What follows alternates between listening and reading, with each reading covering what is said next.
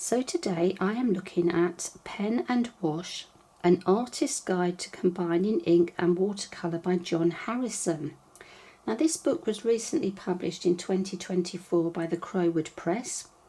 It has 144 pages and it's a paperback. Now as a little clue on the cover here, it says an artist's guide. So that's an indication that this may not be suitable for a complete beginner, but this is one of the reasons I like to show you every single page, so you can judge yourself whether a book is something that would be useful to you, suitable for you, and it just makes life easier, especially when it's hard to go into a bookshop and look for books these days where you can flip through them. I love these full colour illustrations of John's paintings, and I just think this is lovely clean white pages, so it's very easy to read. The colours stand out well. We have the contents: introduction, materials and equipment, the basics, pencil drawing, composition and perspective, sketchbooks, working with pens, adding watercolour, dynamic watercolour, leaving white space, further techniques and developing your own style, and then the suppliers and index.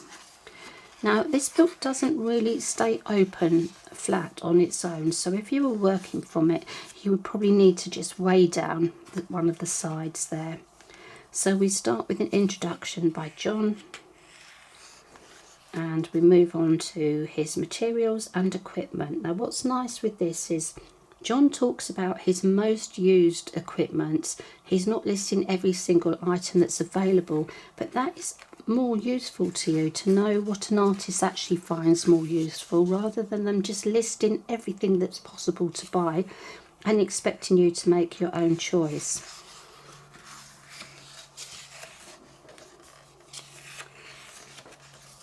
So we have all the things you'd expect to see about your paints and brushes.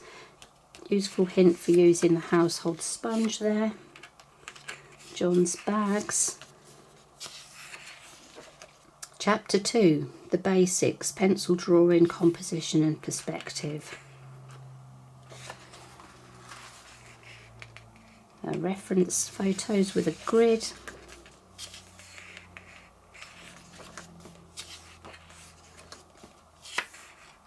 Making windows look realistic, and using reference photos there, moving the focal point. Lots of information in this book. Quotes on drawing, and chapter 3, sketchbooks. Now I always love to see artists' sketchbooks. I like to know what type of sketchbook they use, how they use them, so that's a lovely thing to always have added.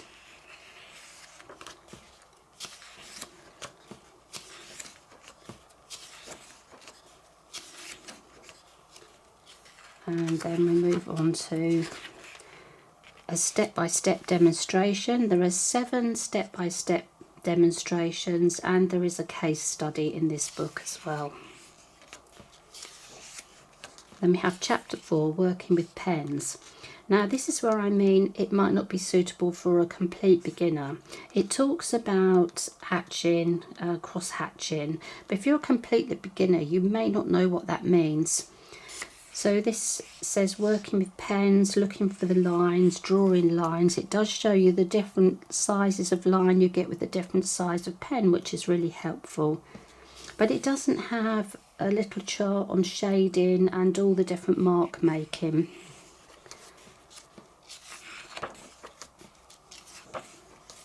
I have another demonstration.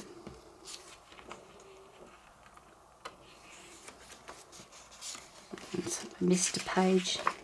Chapter 5, adding watercolour. I really love the paper in here. It's lovely clean whites. It feels like a very nice book to actually read and look at. We have another step-by-step demonstration. And then we have dynamic watercolour. Now what's really funny here is I looked at that and I thought, that reminds me of another artist. And at the back of the book, it is mentioned that John actually did some classes with Paul Talbot Greaves. I'm not sure how he pronounces his last name. Now, I have a book by Paul, and it's a sort of reminded me of pictures in that book. So I thought that was interesting. And also on page 41, John mentions Adrian Hill, who is an artist. My first watercolour book was actually by Adrian Hill. I still have it tucked away somewhere. So it's really interesting for me that I assume that we're roughly the same age. We both studied graphic design at a time before computers. So I just thought that was interesting. Nothing to do with the book. But you can see the lovely pictures in the book. And then we have chapter 7, Leaving White Space. Well, I said it was interesting, but it was probably only interesting to me. But it's just always nice when you see an artist who's also studied graphic design at roughly the same time as you, I assume. Now here, I like this. A photo of Bamberg Castle. Now, if you've watched The Last Kingdom, you know that Uhtred's home was Bebbanburg, which is, I think, was based on, or the outside of this was used for filming. That's just another little point that's got nothing to do with the book, but it's something I just found interesting in the book.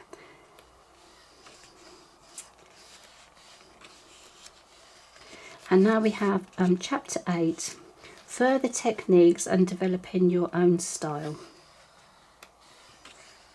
which is very, very important. And I absolutely love the way John, he actually captures stone and pebbles and rocks. I love the dry stone wall and the way he does his buildings. I think that's really nice.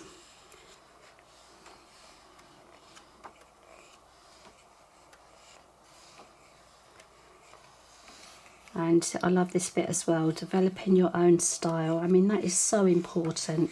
And he actually mentions here he's done classes with Paul and how it's okay to use techniques, but you should always create your own style. And we have list of suppliers and the index. So that is a lovely little book that, again, I found by accident. I just like to go through the internet, and every week I check any new book listings and just have a look through and see. I obviously do not buy every single book that I would like to buy, but if I find a book, especially if it's pen and wash, it's something I really love. So I do tend to collect pen and wash books. I didn't used to for a long time, but now I'm looking at more because there are a few more coming out and they're all really interesting. So that's Pen and Wash, an artist's guide to combining ink and watercolour. If you like the look of John's work, he has his own website, Drawn in Yorkshire. He also seems very approachable. I didn't actually speak to him myself, but he says on his website that if you have any questions to please ask him. So that's always nice when you find an artist who's very approachable, that you can actually talk to.